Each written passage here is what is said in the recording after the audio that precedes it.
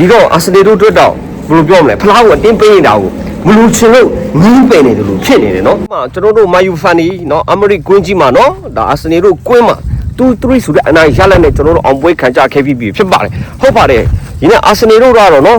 ဒီနေ့ဒီချိန်ထိကတော့လက်တိုက်ခံနေရတော့မယ်သူတို့ကတော့နော်ဒါအာဒီတာကိုတော်တော်လေးပေါက်ကွင်းနေတာဖြစ်ပါတယ်နော်အာဒီတာကိုနော်ဒါအာဆင်နယ်ဖန်တွေကနော်အမျိုးမျိုးနဲ့နော်ဒါထောက်ပြပြီးတော့အလူစင်းထုတ်လာတဲ့အနေထားကိုလေသူတို့ဒါပောက်ကွဲပြီးတော့အာဒီတာကိုစိတ်ဆိုးနေကြတာပေါ့မလည်းမှန်ပါတယ်ကျွန်တော်တို့ကဒါဘွေးမစခင်တည်းကကျွန်တော်လူစင်းကိုဒါ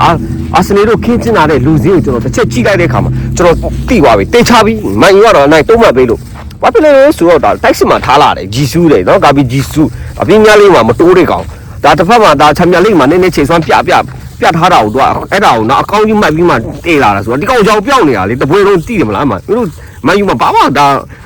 ကန်တွင်းခွတ်တော့မရဘူးဆိုတော့ကတစ်ဖက်မှာလည်း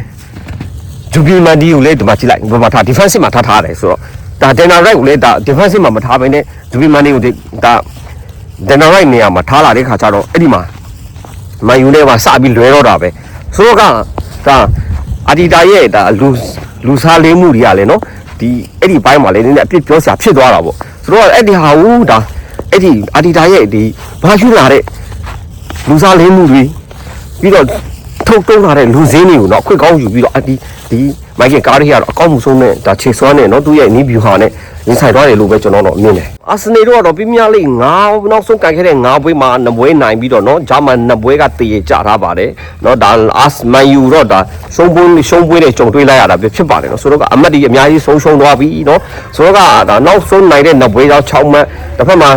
တည်ကားဆိုတော့တမတ်နဲ့ဆိုတော့ကနော်10မှတ်ပဲရတယ်ဆိုတော့ဂျာမန်3မှတ်ဆုံးရှုံးထားတယ်ဆိုတော့တစ်ဖက်မှာမန်စီးတီးတို့ကလည်းစက်တိုက်ကိုအမတ်ကိုဆုံးရှုံးလာတာအဲ့ဒါကိုအခွင့်ကောင်းမယူနိုင်ဘူးဒါဆက်လက်ပြီးဒါမက်ဆီဒါအာဆင်နယ်တို့ကလည်းဒါနော်ပြောမယ်ဆိုရင်တစ်ဖက်မှာဆုံးရှုံးနေတဲ့ဒီအမတ်တွေကခွင့်ကောင်းမယူဘဲနဲ့သူပါလိုက်ပြီးတော့တိုင်ပတ်နေတာဆိုတော့က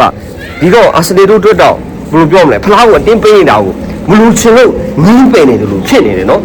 ကြည့်ပါလားနောက်ဆုံး9ပွဲမှာနော်2ပွဲနိုင်ဒါဂျာမန်2ပွဲတည်ရဲ့အဲ့ဒီတည်ကြတဲ့2ပွဲကဘယ်လိုလဲဆိုတော့ဂျာမန်တည်ကြတဲ့2ပွဲကလီဗာပူးရဲ့ဒါ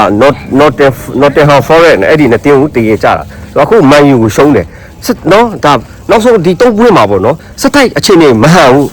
အာဒီတာရဲ့တာကိုဘာဖြစ်လို့အာဒီတာအဲ့ဒီရာကိုမပြုတ်ပြနိုင်လဲဆိုကျွန်တော်အတင်းကိုမန်ယူအတင်းကိုပေါ့နော်အမြဲတမ်း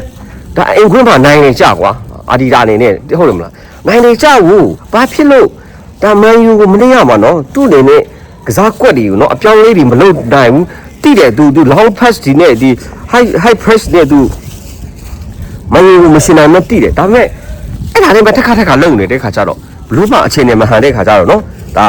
အစင်လေးတို့ဆုံးပွေးကြုံတွေ့လိုက်ရတာပဲဖြစ်ပါတယ်စိတ်တော့မကောင်းပါဘူးနော်